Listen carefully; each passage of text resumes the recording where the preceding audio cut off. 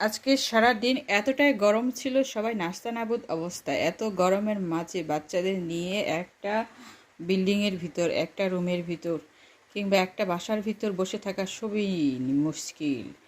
আর আমার রোজ হচ্ছে ছোট বানর, এই বিকালবেলা কোথায় কোথায় উঠে বেড়ায়, এই ঘরের দরজার ছাউনির উপর, আবার টেবিলের উপর ওর হচ্ছে খেলনা।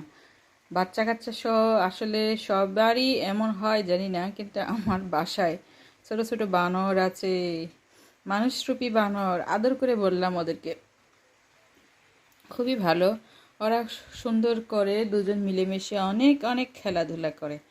আর আজকে রান্না করেছিলাম হচ্ছে বাচ্চাদের জন্য খিচুড়ি। আজকে দুপুরেও খিচুড়ি খেয়েছি, সকালেও খিচুড়ি খেয়েছি। আর বিকালে কি যে রান্না করি, আপনাদের সাথে শুধু বসে বসে গল্প করা ছাড়া আর কিছুই নেই। কারণ শরীরটা আজকে খুব একটা ভালো